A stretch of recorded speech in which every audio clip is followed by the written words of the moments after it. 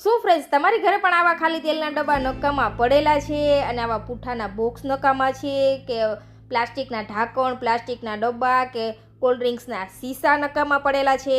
તો આ video friends એકવાર જરૂરથી જોઈ લેજો. આ નકામી વસ્તુને ભંગારમાં ફેંકવા કરતાં ફ્રેન્ડ્સ તમે આનો ખૂબ સુંદરનો એવો એક ઉપયોગ કરી શકો છો અને પર્યાવરણને બચાવવા માટે તમે થોડીક એવી પહેલ કરી શકો છો ફ્રેન્ડ્સ. તો જરૂરથી આ વિડીયો જોઈ લેજો. તો આવા પુઠ્ઠા તો આપણે કોઈ પણ સામાન ખરીદીએ ને ફ્રેન્ડ્સ તેની અંદર મળતા હોય છે અને આપણે એને ભંગારમાં ફેંકી દઈએ છીએ. તો હાલ ઉનાળાની સિઝન છે ને ફ્રેન્ડ્સ, તો તમે કોઈ પણ વસ્તુ ખરીદો ને ત્યારે આવા બોક્સ મળે ને તો તેને સાચવીને રાખી દેજો. તો હવે આપણે શું કરવાનું છે, બોક્સને આપણે સારી રીતે આ રીતના ફિટ કરી દેવાનું. તમે જોઈ શકો છો જરા પણ ખુલે નહીં તે રીતે આપણે સેલોટેપની મદદથી બધા જ જે ખુલ્લા છેડા છે ને તેને સરસ ફિટ કરી દેશું. આ રીતે તમે જોઈ શકો છો સારી એવી સેલોટેપ લગાવી દેશું જેથી આપણે આની અંદર કોઈ પણ પ્રકારનું વજન રાખીએ ને તો બોક્સ ખુલે નહીં. અને આ બોક્સની ક્વોલિટી પણ સારી એવી હોય છે. આપણે એને ભંગારમાં એમનેમ દઈ દઈએ અથવા કચરામાં ફેંકી દઈએ ફ્રેન્ડ્સ, તો તેના કરતાં ફ્રેન્ડ્સ આપણે આનો ખૂબ સુંદરનો એવો રીયુઝ કરી શકીએ છીએ. તો હવે કચરામાં ફેંકવા કરતાં અથવા ભંગારમાં દેવા કરતાં આવા રીયુઝ ફ્રેન્ડ્સ જરૂરથી જોઈ લેજો. તેલના ડબ્બા અને આવા પૂઠા ને એવું બધું આપણા ઘરમાં પડેલું જ હોય, નકામું જ હોય. આમાં આપણે એક પણ રૂપિયો ખર્ચ કરવાની પણ જરૂર નથી. આ બધી સામગ્રી આપણા ઘરમાં પડેલી જ હોય છે. તો આ રીતે ઉપર નીચે બંને સાઈડ આપણે સરસ એવી સેલોટેપ લગાવી દીધી છે જેથી આ બોક્સ ખુલે નહીં. તમે અહીંયા જોઈ શકો છો ફ્રેન્ડ્સ. હવે શું કરવાનું છે, બોક્સની સાઈડની કિનારીઓ છે ને ત્યાં પણ આપણે એક એક આ રીતના સેલોટેપ લગાવી દઈશું જેથી બોક્સ ખુલી ન જાય. તો સરસ એવી સેલોટેપ આપણે લગાવી દીધી છે. તો આ રીતે આપણે નિશાન લગાવી દઈશું. તમે અહીંયા જોઈ રહ્યા છો ફ્રેન્ડ્સ. એવું પરફેક્ટ નથી કે આવું જ બોક્સ લેવું. કોઈ પણ પ્રકારનું બોક્સ તમે અહીંયા લઈ શકો છો. નાનું હોય, મોટું હોય, કોઈ પણ એવું બોક્સ હોય ને તેનો ઉપયોગ અહીંયા કરી શકાય છે. બોક્સની જગ્યાએ જો પ્લાસ્ટિકનો આવો ડબ્બો હોય ને તો તે પણ લઈ શકાય છે. તો આ રીતે આપણે ચારે કોર્નર ઉપર સરસ નિશાન લગાવી દેશું અને ત્યાં આપણે આ પૂઠું છે તે કટ કરી લેશું. જે આ નિશાન લગાવેલા છે તે પાર્ટ જ આપણે અહીંયા કટ કરવાનો છે ફ્રેન્ડ્સ. તમે અહીંયા જોઈ શકો છો. બસ આ જ રીતે આપણે નિશાન લગાવેલા છે ત્યાં કટ લગાવીશું. કટ લગાવીએ ને ફ્રેન્ડ્સ ત્યારે થોડું સાવચેતીથી જ કટ લગાવવાના છે. હાથમાં વાગી ન જાય તે વાતનું ધ્યાન રાખવાનું છે. તો આ રીતે આપણે સરસ ચોરસ એવા શેપમાં આપણે કટ કરી લીધું છે. તમે અહીંયા જોઈ શકો છો ફ્રેન્ડ્સ. થોડો વિડીયો લાંબો થઈ જશે ફ્રેન્ડ્સ, પણ તમને બધું આસાનીથી સમજાઈ જાય ને એટલા માટે આપણે કોઈ પાર્ટ કટ કરેલા નથી. તો આવા પૂઠા તો આપણા ઘરમાં પડેલા જ હોય છે અને આપણે એમનેમ તેને કચરામાં ફેંકી દેતા હોય છે ફ્રેન્ડ્સ. પણ આપણો 10-15 મિનિટનો સમય કાઢીને આવી વસ્તુ જરૂરથી બનાવી લેવી જોઈએ. તો અહીંયા જોઈ શકો છો આપણે ચારે ચાર પાર્ટ છે તે કટ કરી લીધા છે. બસ હવે શું કરવાનું છે, આ રીતે ફ્રેન્ડ્સ આપણે ઉપરની સાઈડ નિશાન લગાવી દઈશું કારણ કે ત્યાં આપણે હેંગર બનાવવું છે એટલા માટે.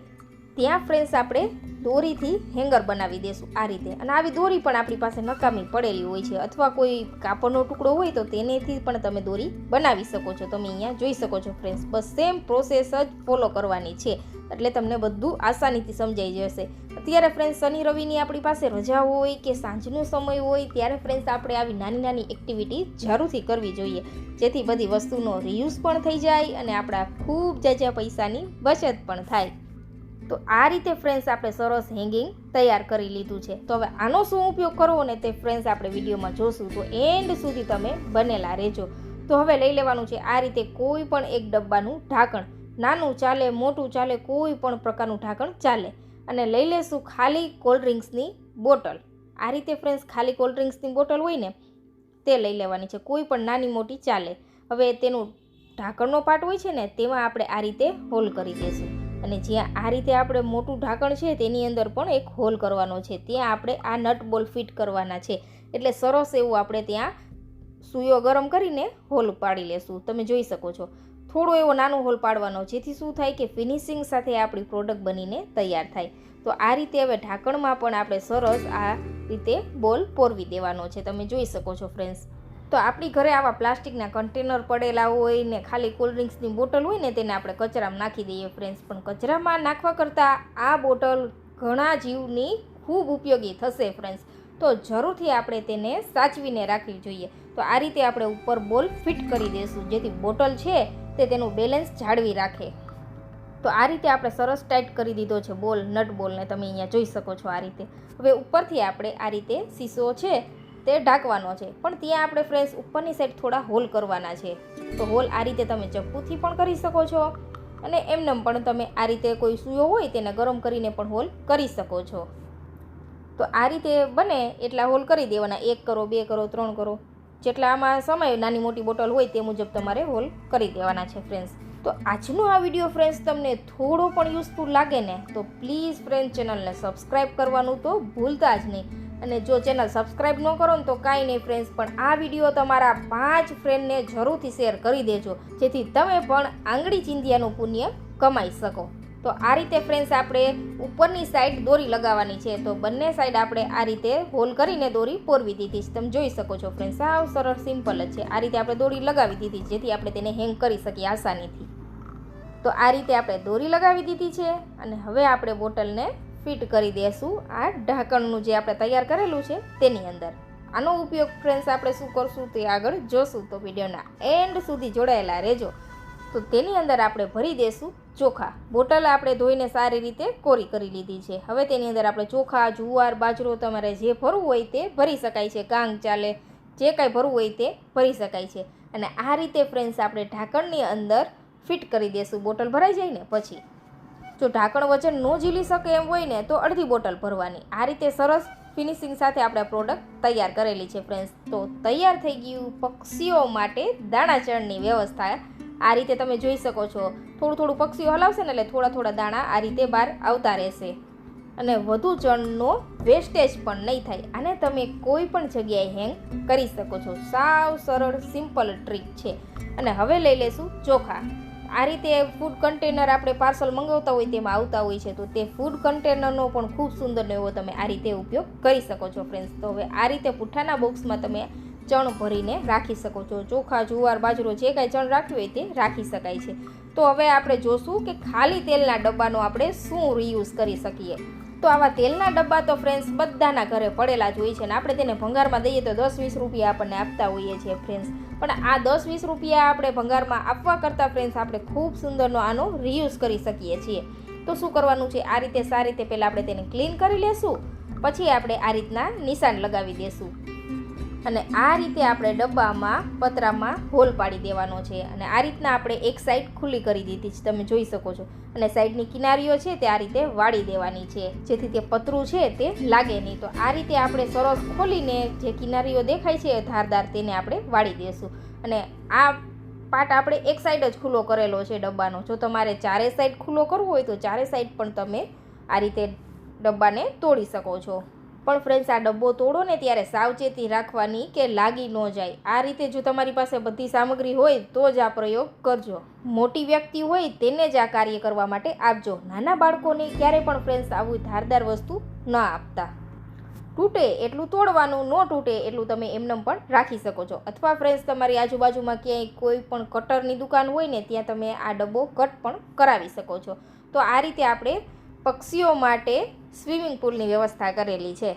તો આપણા ઘરની આજુબાજુ આવા બગીચા કે ઝાડ લાગેલા હોય ને ફ્રેન્ડ્સ, ત્યાં આપણે અત્યારે ઉનાળાની સિઝન છે ને તો પક્ષીઓ માટે દાણા ચણની વ્યવસ્થા જરૂરથી કરવી જોઈએ. તો આ રીતે આપણે એક કન્ટેનરમાં દાણા રાખી દઈશું અને બીજી સાઈડ આપણે આ રીતે પાણી ભરી દેવાનું છે જેથી પક્ષીઓને સારી રીતે પાણી મળી રહે. અને આ ડબ્બાને આપણે સારી રીતે પહેલાં ધોઈ લીધો છે. તેલવાળો હતો તે આપણે સાફ કરીને ઘસીને ધોઈ લીધેલો હતો.